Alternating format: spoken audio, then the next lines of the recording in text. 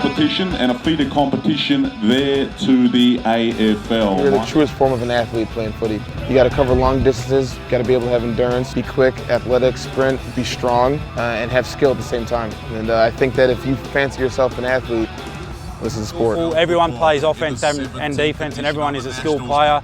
You need to have reasonable endurance, reasonable speed, reasonable strength. There's no restrictions on how tall you need to be. Some guys can be, high 6 feet. Some people are in their 5'5", so it doesn't discriminate against anyone. Anyone can play. The thing that Americans would find particularly exciting about it is the fact that it's so fast-paced. The game's continuous, it doesn't stop, the game just continues to keep rolling. Future of the game, I think that we need to get into more colleges. You look at a team like Minnesota and what they're able to do with college scholarships.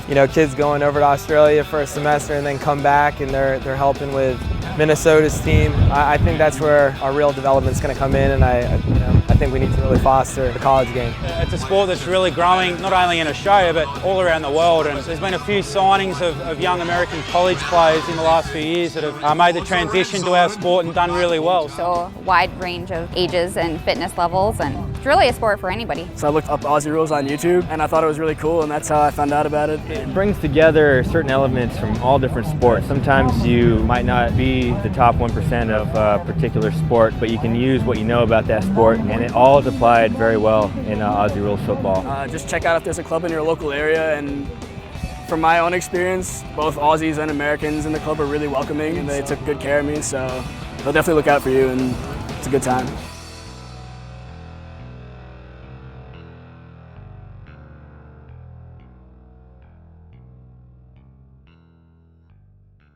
Here we are at Field 2 at the Indianapolis World Sports Park for the last games of the day. We currently have third ranked from the third ranked Denver Bulldogs from the day's play, playing against the fourth ranked Columbus Jackaroos, as the umpire blows a whistle and starts the game, and the game is underway. Bulldogs get the ball out of the middle first, kick it in towards their forward line. Nice attack on the footy, tries to hook it over his shoulder. The ball goes over towards their forward pocket. The Jackaroos gather in the back line there. Dodges one, kicks in towards the middle, but it's all the Bulldogs, but the ball eludes them. Number 22 gets control though. Handball's to the outside. Turn back in towards the middle, kicks it towards the goals, and that's a great goal. Didn't catch who it was that kicked it there. But Denver has drawn first blood.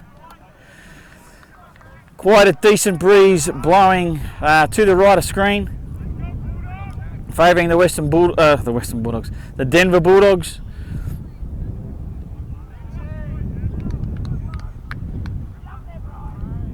Ball just making its way back to the middle.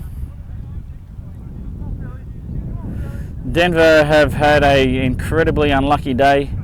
They drew with Dallas in the first game this morning, and then had Austin Crows on the ropes, but weren't able to finish off and hold that lead as Austin were kicking with a very strong breeze, and ended up going down by just 2 points. So out looking for their first win of the day. The Columbus Jackaroos were handily beaten earlier in the day by the Austin Crows, but then suffered a very close 1 point defeat to the Dallas Magpies. They had a chance with a kick at the end of the game to win the game, but unfortunately Chet Ryder's kick was not accurate, and he kicked it behind, and the Jackaroos were unable to snatch victory. So both these sides yet to win a game. And my partner here, Steve Granfield, has rolled up to give me a bit of a hand with the commentating.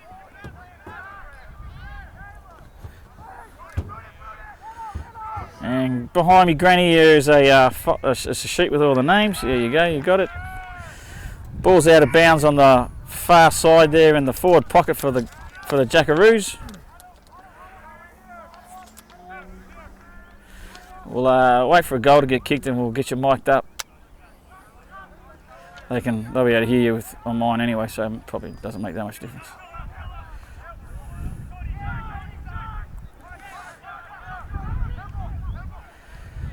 Jackaroos centering the ball, and number 65, who is quite a handy player, Rob Adams, is about to have a shot at goal here. Played very well earlier in the day. So Rob now takes a couple of steps and puts it straight through the middle for a goal to the Columbus Jackaroos, and the score is all tied up. 1 goal, 6 apiece. And I'll just take a short break as we get Steve all mic'd up. Back here, I've had a centre bounce. The ball has worked its way out to the Denver Bulldogs half forward flank. We've got Stevie all mic'd up, ready to go. Have you found the day's proceedings so far, mate?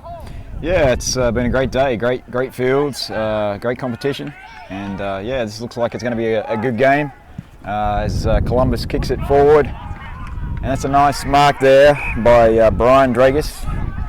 No, that is not Brian Dragus. That's not Brian Dragus, no. This is Columbus, so he would not be playing in this game. Oh, he's not. He didn't end up playing with Columbus, so. Yeah. Anyway, number 77 for Columbus has taken a good mark. He's not listed either. I take it. No, he's not on our list. Right. This is just a message to our teams about the value of giving us accurate, in order team sheets.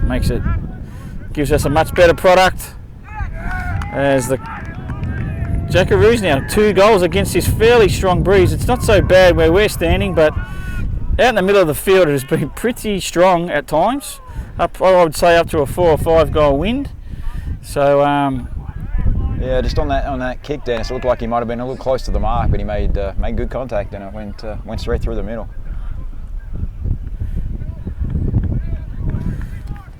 Quite funny with the Jackaroos. Have got lots of players with high numbers. The American penchant with American football to have high numbered jumpers. It's a good mark there, back there by Columbus in defence. He's going to look to switch it, but no, he goes straight down the line.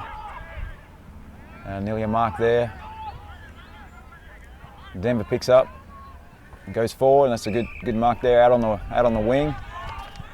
Plays on straight away, gets the ball down towards the centre half forward position, but he can't pull the mark in. Number 20 for the Jackaroos picks the ball up, kicks the ball back towards the middle again. The player's tackled, he gets his handball away.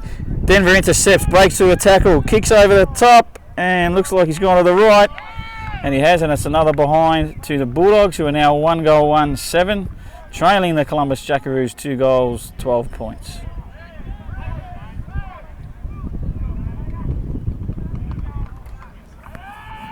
We've had the endless search for the footy after scores today down that end. Field's pretty close to the fence.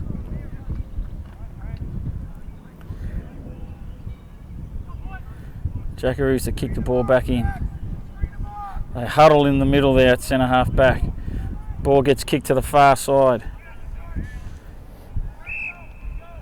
It's Clyde Simpson now with the ball, runs it out to the outer wing position. He's kicked it over the top to number 1. Nathan Thornbury there gets the kick going forward. Ball in dispute. Oh, good handball out. Quick kick, it was smothered. Denver clears the ball back down to the wing. And it's play on. Oh, it's a good tackle. He can still get his arms free though, and Denver has taken a mark. Number 8, that was a pretty good grab there. Good one grab. Didn't look like he really knew what to do with it then though, as he chipped the ball over the top. Denver now handballs back towards the middle. Gets a kick around to the centre, and it looks like Chet Ride now dropping back into the hole, as Chet typically does. Takes a good strong mark in defence, and will bring the ball back again into play with his also signatory kicking action.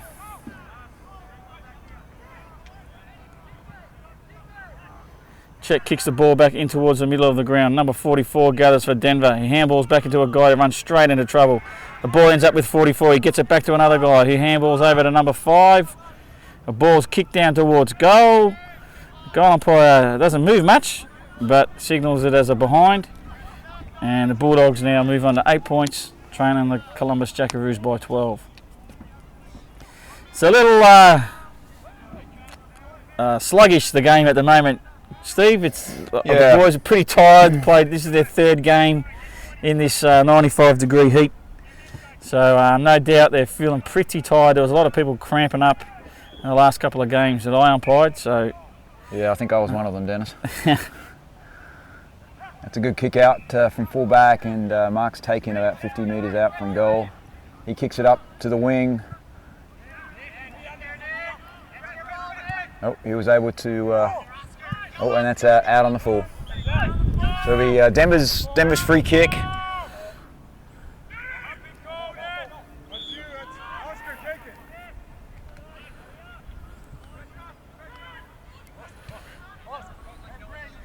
Okay, that's Paul Mayer kicking the ball back in for Denver. It's a long kick. And it's play on. A handball out to Steve Noble. Has a kick on his left foot. Goes wide, and that'll be a throw in. Denver's getting plenty of the ball, Dennis. They're just not able to convert. They need a little bit more clean possession. They definitely need to put some scoreboard pressure on with this breeze. So need to sort of wake up from their bit of a slumber at the moment. That's good play there. Play on straight away. Big long kick. Back in deep into the hot spot, but it wasn't really to the advantage of his teammate. Jackaroos thumped the ball away, and the ball is able to be kicked off the ground by number 85, I believe it is.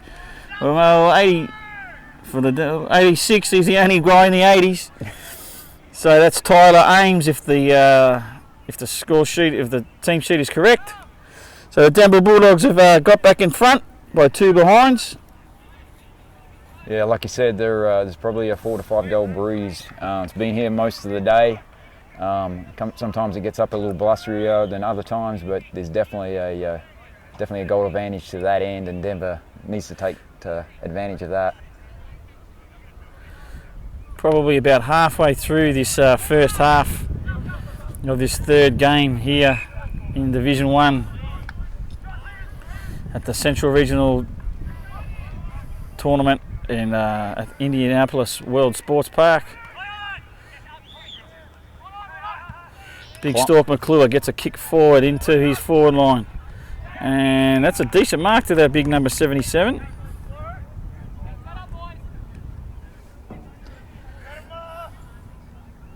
Yeah, for a minute there I didn't think he had first hands to it, but I may have been mistaken. Again, he looks like he's going to get close to the mark. Yep, touched. Yeah. He's got another chance. Denver's got the numbers out wide here. Looks like they'll be able to clear it. Got a lot of space on the wing. Big handballs over the top. Columbus circling down. And that will be out on the full. A free kick to Columbus.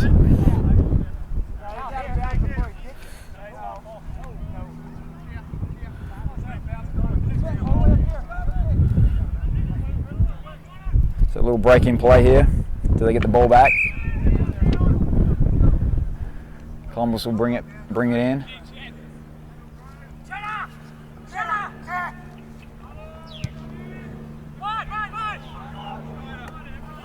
A good contest up on the wing. Good handball by Paul Meyer. A driving kick through the center of the ground. Denver were unable to take advantage of that kick. They scoop it back up again and kick it further wide. They're going a long way home, Dennis. They are going a long way home, zigzagging across the field here. Got a bit of an opportunity here though if he can get under that right boot, and it looks like he has. He's pretty happy with himself. And it's another goal to the Denver Bulldogs. They need them. Yeah, they do. They need another 2 or 3 in the last few minutes here. Denver just kind of outworked Columbus on that last one, all the way from the back pocket. But yeah, they zigzagged it through the center of the ground and eventually got it through the tall uprights to get 6 points. And it was Baden Gould that was the goal kicker there for the Denver Bulldogs. They move on now to 3-2-20, ahead of the Columbus Jackaroos. 2 goals, 12 points. Ball just making its way back to the middle. Ball throws up.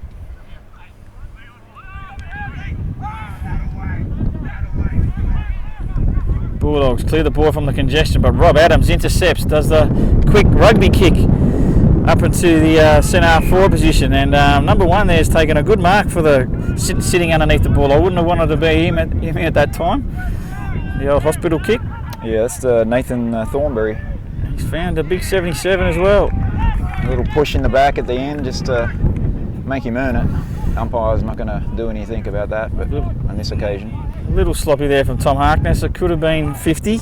Yeah.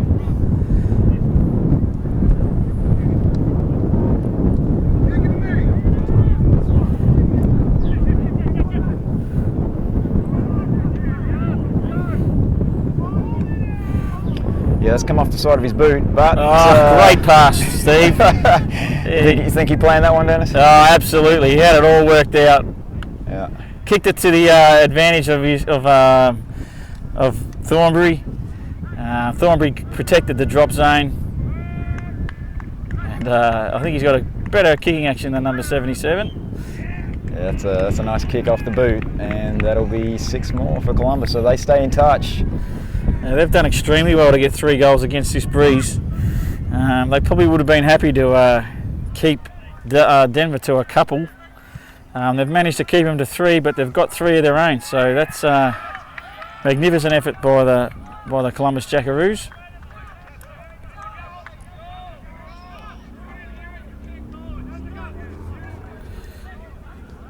We're back in the centre. The ball goes up, and that's a nice tap by Lee McMahon.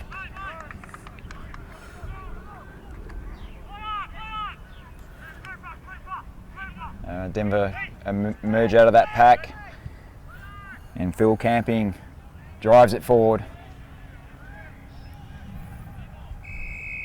Columbus are able to clear it though, and they'll take a mark there out on the far wing. That's Dan Hamilton on the far wing there, the president of the Columbus Jackaroos.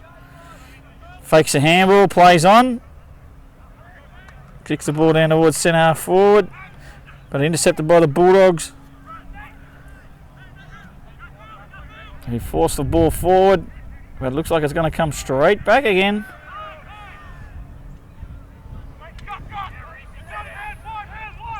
And Denver's able to clear it and drive it back. A big contest there and a big fist. But Columbus were able to clean up, and it looks like they'll go down that same wing again on the far side. It's 87 getting the handball inside to one of his teammates. Immediately tackled, ball strips out, and that's Phil Camping again with that look like a lovely left foot. He does have a raking left foot there, Phil.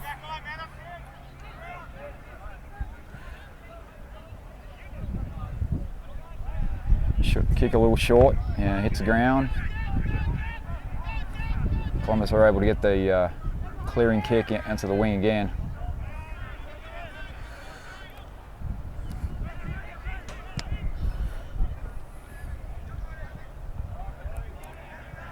Fullback leaves his man, comes out to get that ball. A good bit of risky play, but now he's in trouble. He's at the... And that'll be out on the full.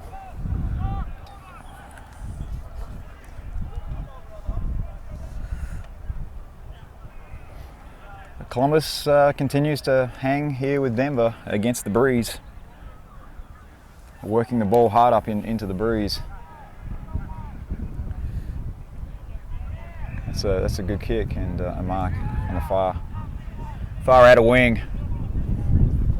They move the ball down the wing.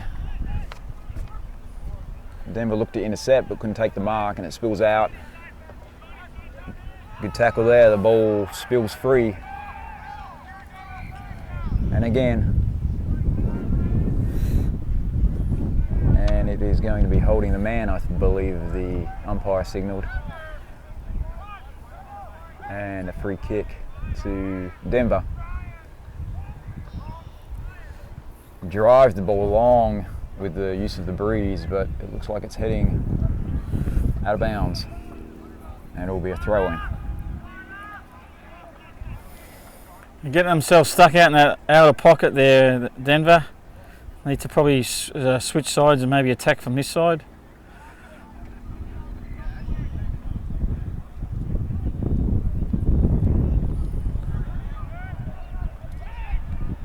Oh, that's a nice snap over the shoulder. And that's a goal. I didn't catch who that was. Looks like it's the man in the green boots, number 11. That is Matthew Dean for the Bulldogs. Matthew Dean wearing Chris Candelari's jumper. A famous Candy who has played for Denver for a long, long time.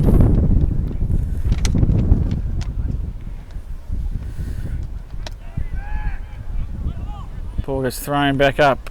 We have a ruck contest. Rob Adams picks up on the loose ball, kicks it towards his full forward, who's Chet Ridenauer. Chet snuck forward.